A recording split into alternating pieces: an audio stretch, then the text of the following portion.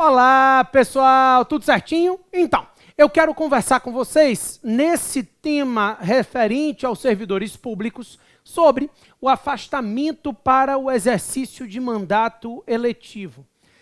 É um dispositivo que tem base constitucional, tá?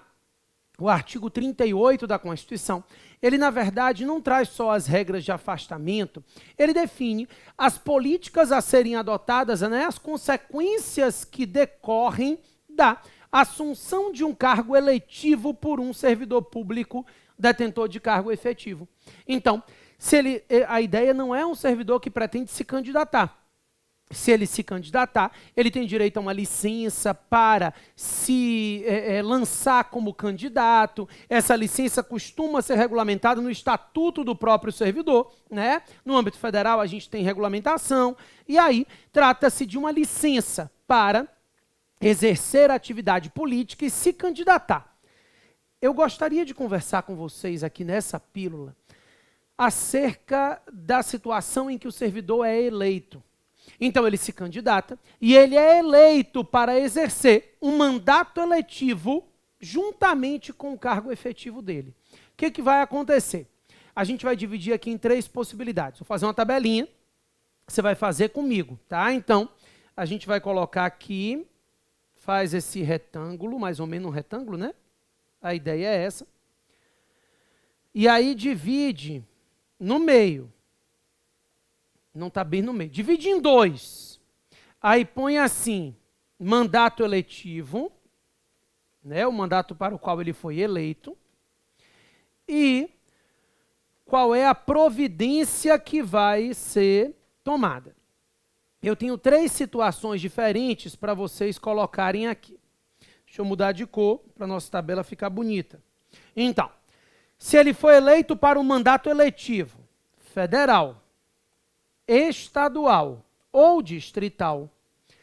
Então, primeira possibilidade é essa, o servidor público efetivo é eleito para exercer um mandato eletivo no âmbito da União, do Estado ou do Distrito Federal.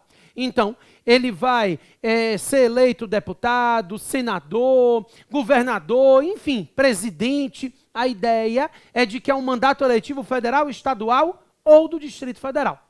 Nesse caso, ele obrigatoriamente será afastado do cargo efetivo que ele ocupa. Tá? Então, ele tem que se afastar para exercer as atividades no âmbito da atividade para a qual ele foi eleito. Me sobram as eleições municipais. Então, prefeito e vereador. É o que sobrou para a gente aqui.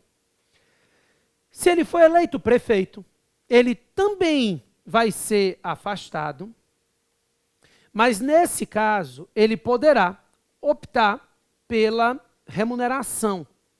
Então, ele se afasta do cargo efetivo para exercer o mandato eletivo de prefeito. No entanto, ele pode optar pela remuneração, ou ele vai receber o subsídio ou remuneração do mandato de prefeito, ou então ele mantém a remuneração do cargo efetivo do qual ele se afastou. Então ele obrigatoriamente vai ser afastado, mas ele pode exercer o mandato de prefeito e continuar recebendo a remuneração do cargo efetivo que ele exercia e do qual ele está afastado. Tá? No caso de vereador, se houver compatibilidade de horários, ele pode acumular. Então, aqui a gente vai dividir. Havendo compatibilidade de horários, ele acumula.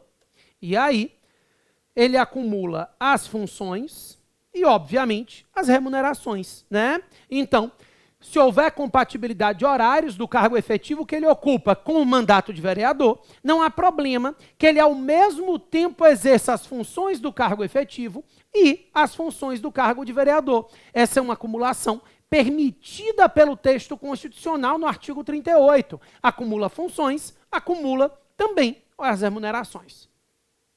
Se não houver compatibilidade de horários, aí ele não pode acumular, tá?